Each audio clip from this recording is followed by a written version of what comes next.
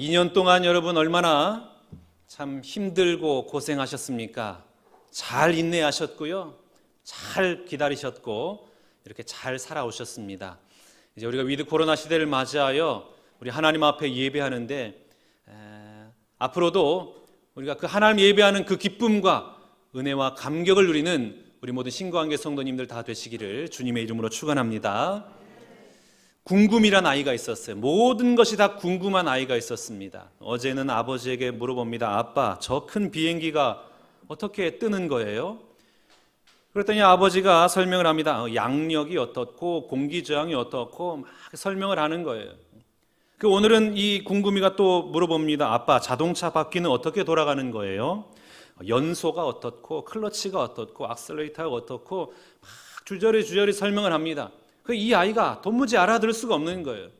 너무 어려워서 무슨 말인지 모르겠어요. 엄마한테 물어봐야지 하고 엄마한테 물어봅니다. 엄마, 자동차 바퀴가 어떻게 굴러가는 거예요? 엄마가 한마디로 대답을 끝내버리는데 자동차 바퀴 빙글빙글 돌아가지.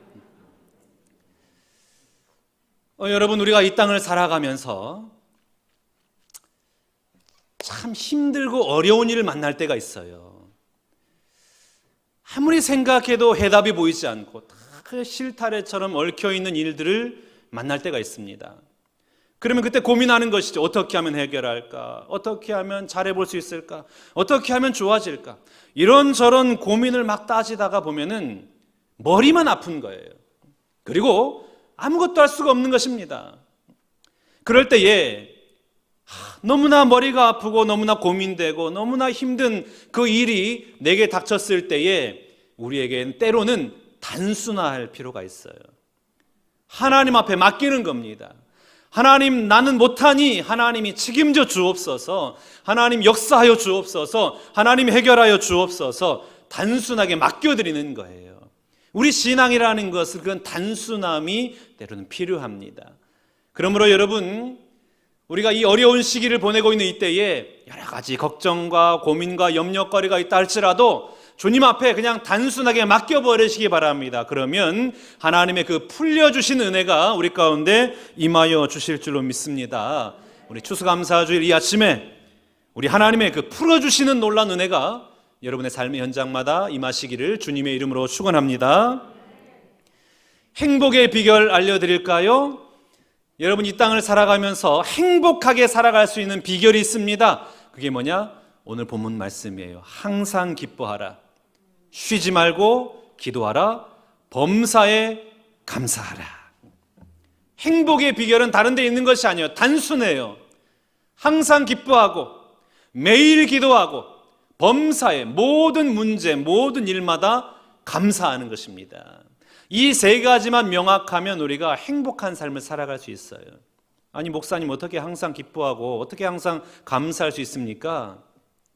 힘들죠. 그런데 성령의 은혜가 우리 가운데 임하면 가능합니다. 성령의 은혜가 내 안에 임하시면 항상 기뻐할 수 있어요. 모든 순간마다 기도할 수 있어요. 매일매일 감사할 수가 있는 것입니다. 행복은 어떤 사건에 의해서 주어지는 것이 아닙니다. 내가 일이 잘 되고 형통하고 그래서 나에게 행복이 주어지는 것이 아닙니다. 오늘 내가 경험하는 일을 내가 어떻게 해석할 것이냐, 어떠한 태도로 받아들일 것이냐에 따라서 행복이 주어지는 것입니다. 그래서 정신의학자 칼 매닝거는 태도는 지식보다 중요하다고 그랬습니다. 어떤 사건의 사실보다 더 중요한 것은 그 사건을 받아들이는 나의 태도가 중요하다라는 거예요. 어떤 마음으로 받아들이느냐. 오늘 이 아침에 그 성령의 감동하심으로 말미암아 우리의 태도가 바뀌어지기 원합니다. 우리의 태도가 바뀌어져서 항상 기뻐하고 쉬지 말고 기도하고 범사에 감사하는 우리의 삶을 통하여 하나님의 역사하심으로 인하여 행복한 인생 살아가는 우리 모두가 다 되시기를 주님의 이름으로 축복합니다. 가만히 생각해 보세요. 여러 가지 생각할 것이 있지만은 오늘 살아있는 것 그 자체가 감사 아닙니까? 오늘 호흡하는 것 가정을 이루고 자녀를 보고 이렇게 주님 전에 나와 예배하고 있는 것, 이것이 감사한 것 아니겠습니까? 오늘 나의 형편이 어떠하든지 간에 우리 하나님이 우리에게 오늘이라는 그 선물을 주신 거예요. 오늘이라는 선물을 주셨습니다. 이런 말이 있습니다. 소설가 조창인 씨가 가시고기라는 책에 이런 말을 기록했는데, 오늘은 어제 죽어간 사람이 그토록 살고 싶어 했던 내일이다. 오늘은 어제 죽은 사람에게는 자신의 천만금을 주고서라도 바꾸고 싶은 그런 내일인 거예요. 오늘은 죽은 사람에게는 없는 날이에요. 살아있는 우리에게만 주어진 하나님의 선물입니다. 오늘 내 삶이 별것 아니고 짜증이 나고 여러 가지 이런저런 일들로 말미암아 힘들다 할지라도 신앙의 눈으로 보면 오늘은 내게 주어진 하나님의 선물인 것이에요. 그 인도네시아에서 사업을 하는 한 집사님이 계셨습니다. 아파트를 계약을 하고 들어갔는데 비용도 저렴하고 건물도 괜찮아요. 며칠을 살았는데 아니 이게 웬일입니까? 바퀴벌레들이 그냥 가득한 거예요. 약을 쳐도 이 바퀴벌레들이 도망가지 않습니다. 바퀴벌레들을 볼 때마다 짜증이 나고 아주 불쾌했습니다. 그렇게 매일매일 짜증을 부리면서 살다가 어느 날 문을 열었는데 바퀴벌레가 보이지 않는 거예요. 그랬는데 이 집사님이 이 마음에 홀가분한 것이 아니라 반가운 것이 아니라 불현듯 이상한 생각이 드는 겁니다. 쓰나미 같은 자연재해가 오면 짐승이나 벌레들이 먼저 알고 도망간다는데 혹시 쓰나미가 오는 게 아닌가? 지진이 일어나서 우리 아파트 무너지는 것 아닌가? 막 그때부터 고민이 되는 거예요. 막 불안해서 삶을 살아갈 수가 없는 겁니다. 그 며칠 뒤에 아파트 문을 열었습니다. 그런데 바퀴벌레가 보이는 거예요. 그 이 집사님 바퀴벌레를 보고 하나님 앞에 기도하기를 이렇게 기도했답니다. 하나님, 바퀴벌레 다시 보내주셔서 감사합니다. 살아있으니까요. 생명이 있으니까 바퀴벌레도 감사가 되더라라는 것입니다. 흔히 죽을 병에 걸렸다가 다시 살아난 사람이 병원을 퇴원하면서 보는 하늘은 기가 막힌 거예요. 그 청명한 하늘을 보면서 감동합니다. 길거리에 있는 나뭇가지와 꽃을 보면서 너무나 아름다워 보이는 거예요. 이렇게 아름다워 보일 수가 없는 거예요. 길을 가다가 부딪히는 사람마저도 감사한 거예요. 내가 길가를 다니면서 사람들과 부딪힐 수 있다니 이 얼마나 감사할 일인가. 왜 그랬습니까? 죽은 줄 알았는데 살아났으니까요. 모든 게 다 감사가 되는 거예요. 한번 생각해 보십시오. 그 병에서 낫기까지 얼마나 많은 시간 눈물을 흘리며 고통스러워가 아파했겠어요. 그리고 그 인생 앞길 가운데 얼마나 처절한 인생이 기다리고 있겠습니까? 더 힘든 인생이 그를 기다리고 있을지 모를 일이잖아요. 그럼에도 불구하고 이분에게는 그냥 감사한 거예요. 왜 그렇습니까? 생명이 살아났으니까요. 나는 죽은 줄로 알았는데 살아났으니까 그 살아난 그 사실 하나만으로도 모든 것이 감사가 되는 것입니다. 예수님을 믿는다라는 것은 바로 이런 것이에요. 우리는 죽은 줄로 알았어요. 죄와 허물로 죽었어요. 그런데 예수 그리스도의 그 십자가의 보혈로 말미암아 우리를 살려주신 것입니다. 우리는 지옥에 빠질 수밖에 없는, 죽을 수밖에 없는 사람이었는데 예수 그리스도의 그 십자가의 보혈의 공로로 말미암아 우리를 살려주신 거예요. 영원한 생명을 주신 것입니다. 다시 살아났으니 어때요? 감사한 거예요. 죽을 수밖에 없었는데 다시 살아났으니 오늘 감사한 것입니다. 과거에 우리가 얼마나 힘들었느냐, 그거 중요한 게 아니에요. 얼마나 아파하고 얼마나 힘들었느냐, 코로나 2년 동안 얼마나 낙심하고 실망했느냐, 그게 중요한 게 아니에요. 앞으로의 삶이 캄캄해요. 미래가 보이지 않아요. 그런데 그게 중요치 않아요. 오늘 나에게 영원한 생명을 허락하신 그 하나님을 바라보니까 감사가 되는 거예요. 이게 바로 신앙인 것입니다. 히스기야 왕이 하나님으로부터 칭찬받는, 하나님 마음에 들었던 그런 왕이었습니다. 왕으로 등극하자마자 종교개혁을 일으켰어요. 우상을 다 무너뜨립니다. 성전의 제사를 회복했습니다. 아수르의 사네립이 유다를 침공했을 때에 히스기야 왕이 어떻게 할 수 없는 거예요. 하나님 도와주옵소서. 우리 어떻게 합니까? 하나님 살려주옵소서. 하나님께서 그 기도를 들으시고 천사를 보내주셔서 그날에 18만 5천 명이라는 대군을 한 번에 죽게 만들어 버렸습니다. 대승을 거두게 한 것이죠. 히스기야 왕이 얼마나 감사했을까요? 그런데 어느 날 하나님께서 히스기야에게 청천벽력과도 같은 소식을 전합니다. 너는 죽게 될 것이다. 사형 선고가 내려지는 거예요. 이 히스기야가 깜짝 놀랍니다. 그리고 그 말씀을 듣는 순간부터 벽을 향해 얼굴을 향하고 하나님 앞에 눈물을 흘리면서 기도합니다. 하나님 살려주옵소서. 하나님 이 영혼을 불쌍히 여겨주옵소서. 하나님 살려주옵소서. 이렇게 기도했더니 하나님께서 그 기도에 감동하셔서 15년이라는 생명을 연장시켜 주셔요. 히스기야가 하나님 앞에 살려주옵소서 했던 이유가 있습니다. 그 이유가 무엇이냐면 이사야 38장 18절 19절 말씀입니다. 스올이 주께 감사하지 못하며 사망이 주를 찬양하지 못하며 구덩이에 들어간 자가 주의 신실을 바라지 못하되 오직 산자 곧 산자는 오늘 내가 하는 것과 같이 주께 감사하며 주의 신실을 아버지가 그의 자녀에게 알게 하리이다. 무슨 말인지 잘 모르겠죠? 세번역 성경으로 다시 한번 보겠습니다. 스올에서는 아무도 주님께 감사드릴 수 없습니다. 죽은 사람은 아무도 주님을 찬양할 수 없습니다. 죽은 사람은 아무도 주님의 신실하심을 의지할 수 없습니다. 제가 오늘 주님을 찬양하듯 오직 살아있는 사람만이 주님을 찬양할 수 있습니다. 아멘. 무슨 말이에요? 살아있는 사람만이 주님을 찬양할 수 있고 살아있는 사람만이 하나님 앞에 감사할 수 있기 때문에 하나님 저를 살려주옵소서. 저는 더 하나님을 찬양하기 원하고 더 하나님 앞에 감사하기 원하니 하나님 제 생명을 연장시켜 주옵소서. 이렇게 기도한 거예요.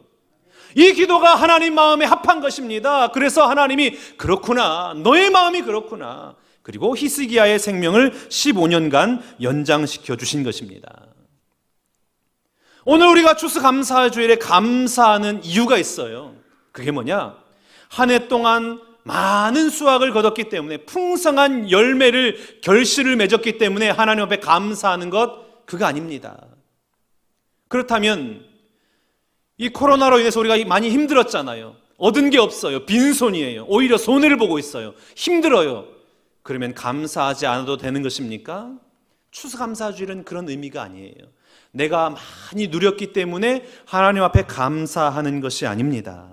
내 삶의 형편과 처지에 상관없이 죽을 수밖에 없는 죄인인 나를 살리신 하나님, 구원을 베풀어 주신 하나님, 죄인인 나를 의인이라 말씀하시고 나를 구원해 주신 그 하나님, 그 하나님을 기억하고 그 하나님이 바로 나의 하나님 되심을 믿음으로 고백하며 감사하는 절기가 바로 추수감사주일이에요.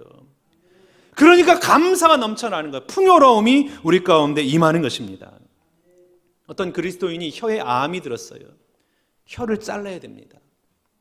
의사가 마지막으로 이분에게 마지막 할 말이 있으면 해보라.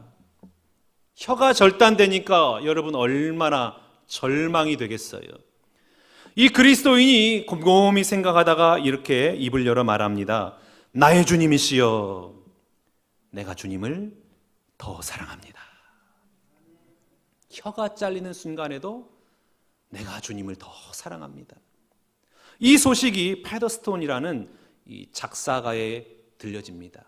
이 패더스톤이 이 그리스도인의 신앙 고백을 듣고 찬송시를 만들었어요. 그 찬송시가 뭐냐? 내 주 되신 주를 참 사랑하고 곧 그에게 죄를 다 고하고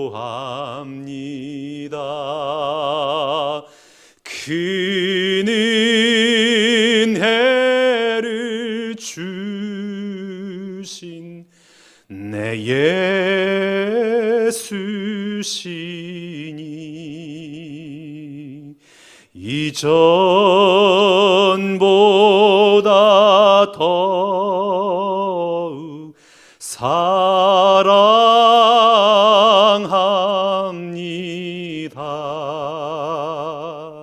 아멘. 혀가 잘리는 그 순간에도, 그 극한의 공포와 두려움 속에서도 예수님이 나의 주님 되신 것 감사합니다. 십자가에서 나의 죄를 사하시고 나를 구원해 주신 그 사랑에 감사합니다. 주님의 덕을 기리며 살게 하셨으니 감사합니다. 주님의 영광의 나라에 들어가게 하시니 감사합니다. 이 고백을 하고 있는 것입니다. 여러분, 이 사람보다 이 세상에 행복한 사람이 누가 있겠어요? 고통의 순간에서도 하나님 감사합니다. 이 믿음의 고백을 하는 사람보다 더 행복한 사람이 어디 있겠습니까? 이 사람에게는 이 세상에 줄 수 없는 하늘의 평강과 기쁨이 임하는 거예요. 어느 누구도 그 기쁨을 막을 수가 없는 것입니다. 감사하는 자에게 행복이 임하는 것이에요. 똑같은 환경 속에서도 어떤 사람은 불평과 불만을 늘어놓지만 어떤 사람은 감사를 해요. 독사와 젖소가 한 우물에서 같은 연못에서 물을 먹습니다. 독사도 그 연못에서 물을 먹었고 젖소도 그 연못에서 물을 먹었어요. 그런데 독사는 독을 남기고 젖소는 우유를 남겨요. 무엇이 문제입니까? 연못이 문제였습니까? 아니에요. 그 연못을 먹은 내가 문제예요. 내 안에 독을 품으면 독이 나오는 거예요. 그러나 내 안에 감사함으로 그 연못 물을 마시면 우유가 나오는 법입니다. 우리의 환경이 문제가 아니에요. 내 마음이 문제입니다. 내 마음이 하나님 감사합니다. 그 감사하는 태도를 가지고 모든 것에 감사를 선포하며 나아가면 하나님의 은혜가 우리 가운데 임하는 것입니다. 여러분, 행복하고 싶으십니까? 그러면 감사하세요. 항상 기뻐하고 쉬지 말고 기도하고 범사의 모든 일에 감사하시기 바랍니다. 그러면 우리의 삶이 행복한 인생 될 줄로 믿습니다. 형통할 때에 감사하면 형통함이 유지되고 고난의 때에 감사하면 고난이 종식되는 것입니다.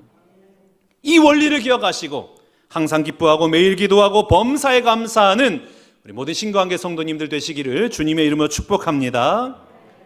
우리가 항상 기도하고 매일매일 기도하고 범사에 감사하면 행복한 삶이 주어져요. 그리고 또 하나, 놀라운 하나님의 기적을 맛보게 되는 것입니다. 바울과 실라가 빌립보 감옥에 갇혀 있었습니다. 그런데 그들이 어떻게 했습니까? 하나님을 찬송했어요. 하나님 감사합니다. 하나님 감사합니다. 하나님을 찬양했습니다. 그랬더니 그 옥고의 문이 열리는 놀라운 기적을 체험하지 않습니까? 예수님께서 들판에 계시는데 5,000명이 모여들었어요. 먹을 것이 없습니다. 이들에게 먹을 것이라곤 한 어린 아이의 한 끼 분량, 물고기 2마리와 보리떡 5개가 있었어요. 이 물고기 2마리와 보리떡 5개를 예수님이 들고 어떻게 했습니까? 하늘을 우러 축사하셨다라고 그랬습니다. 축사라는 것은 어떤 의미냐? 감사기도 드렸다라는 거예요. 하나님 감사합니다. 이미 5,000명을 먹일 만한 음식이 주어진 것처럼 감사한 거예요. 하나님, 이 모든 백성들을 먹이시니 감사합니다. 감사기도 드렸더니 오병이어의 기적이 일어난 것입니다. 죽은 나사로를 찾아갔어요. 이미 죽어버렸어요. 마리아와 마르다에게 무덤에 돌을 굴려놓아라. 그리고 이 예수님이 이렇게 말씀을 하십니다. 요한복음 11장 41절 말씀, 돌을 옮겨 놓으니 예수께서 눈을 들어 우러러보시고 이르시되 아버지여, 내 말을 들으신 것을 감사하나이다. 먼저 감사한 거예요. 그리고 나사로야 일어나라. 나사로가 죽음에서 일어나는 기적의 역사가 일어난 것입니다. 감사할 때에 하나님의 기적의 역사가 우리의 삶의 현장 가운데 임하는 것이에요. 여러분, 오늘 우리가 건강하게 사는 것은 내가 건강 관리를 잘했기 때문입니까? 오늘 내 자식이 형통하고 잘 살고 있는 것은 내가 좋은 것을 물려주었기 때문에 그렇습니까? 오늘 내가 인생을 살아갈 때 그래도 직장이 있고 삼시세끼 밥을 거르지 않고 그래도 먹을 것 먹고 어느 정도 살아갈 수 있는 것, 그건 내가 능력이 있고 열심히 살았기 때문입니까? 하나님의 은혜예요. 하나님의 온전한 은혜입니다. 하나님이 오늘 우리에게 생명 허락하시고 우리에게 삶을 허락하셨기 때문에 그래도 우리가 이 땅을 살아갈 수가 있는 것입니다. 그러니 여러분, 감사하면 그 감사를 통하여 더 큰 하나님의 감사의 기적이 우리의 삶의 현장 가운데 임할 줄로 믿습니다. 부부가 드라이브를 하고 있었어요. 이 남편이 운전이 좀 서툴러 가지고 뒷차랑 교통사고가 날 뻔한 거예요. 신호등 앞에 섰습니다. 뒷차가 옆에 탁 서더니 창문을 내리고 남편을 향하여 욕을 합니다. 이런 병신을 봤나? 이런 머저리 쪼다야! 이런 바보 멍텅구리! 다시는 운전하지 마! 그리고 훅 지나가 버린 거예요. 이 욕설을 들은 아내가 남편을 쳐다보면서 한마디 합니다. 남편, 혹시 저 사람이랑 잘 아는 사이예요? 나 처음 보는 사이지. 아니 근데 어떻게 당신을 그렇게 잘 알아요? 이렇게 얘기했다는 거예요. 여러분, 우리는 영적인 머저리 같은 사람 아니에요? 영적인 불구자 아닙니까? 영적인 바보 같은 사람이에요. 볼품없는 사람이에요. 욕만 들으면서 이 땅을 살아가야 되는 사람입니다. 그런데 하나님이 그런 나를 사랑해 주신 거예요. 그런 나를 지명하여 너는 내 것이라, 너는 내 백성이라, 너는 내 아들이라, 내 딸이라 지명하여 부르시고 영원한 생명을 우리 가운데 허락해 주셨습니다. 그러니 여러분, 그 사실로 우리가 얼마나 감사하고 감격해야 되겠습니까? 그래서 체스터튼이라는 분이 이렇게 고백을 합니다. 나의 주된 인생관은 모든 것을 감사함으로 받고 당연한 것으로 여기지 않도록 연습하는 것이다. 당연한 게 하나도 없다라는 거예요. 늘 감사를 연습하는 겁니다. 여러분, 우리가 감사를 연습할 때에 그 감사를 통하여 하나님의 기적의 역사가 내 삶의 현장 가운데 임할 줄로 믿습니다. 그러므로 의도적으로 감사하시기 바라요. 힘들어도, 어려워도, 고통스러워도 하나님 감사합니다. 하나님 감사합니다. 그러면 하나님의 기적의 역사가 우리의 삶의 현장 가운데 임할 줄로 믿습니다. 미국 LA 은혜 한인장로교회 장로님이신 강충원 박사님이 7가지 감사진법 소개하고 있는데, 1진법이 뭐냐? 무조건 감사해라. 예상치 못한 일이 일어났을 때 무조건 감사해라. 2진법, 소리내어 감사해라. 감사의 소리가 내 귀에 들리도록 소리내어 감사해라. 그러면 그 감사가 내 마음에 새겨지고 마음으로부터 감사가 우러나고 그 감사의 삶을 살아가게 된다라는 겁니다. 3진법, 콕 집어서 감사해라. 교통사고를 당하면 아직도 생명이 남아있음을 감사해라. 병원에 가면 더 크게 아프지 않는 것으로 말미암아 감사해라. 아내가 잔소리를 하면 내가 여전히 살아있구나 라는 것으로 말미암아 감사해라. 콕 집어서 감사해라는 거예요. 그러면 불평이 없어지고 감사가 넘쳐나게 된다라는 것이죠. 4번째, 4진법, 마음 가득 감사해라. 마음으로 다 해서 감사하는 거예요. 5번째, 즉시 감사해라. 깨닫는 즉시, 이게 하나님의 은혜구나. 그 즉시 감사하라는 거예요. 6진법, 모든 것에 감사해라. 99%의 감사, 1% 불평이 아니라 순도 100%의 감사를 해라. 모든 것에 감사해라. 그리고 마지막 7진법, 감감축하라. 이 말은 뭐냐? 감사하고 축복하라. 누군가가 나를 힘들게 하고 나를 넘어지게 하면 그를 향하여 원망하고 미워할 것이 아니라 우리 주님께서 말씀하신 것처럼 너희를 박해하는 자를 축복하라. 축복하고 저주하지 말라. 축복하라는 거예요. 감감축, 감사하고 축복해라. 억지로 감사하라는 거예요.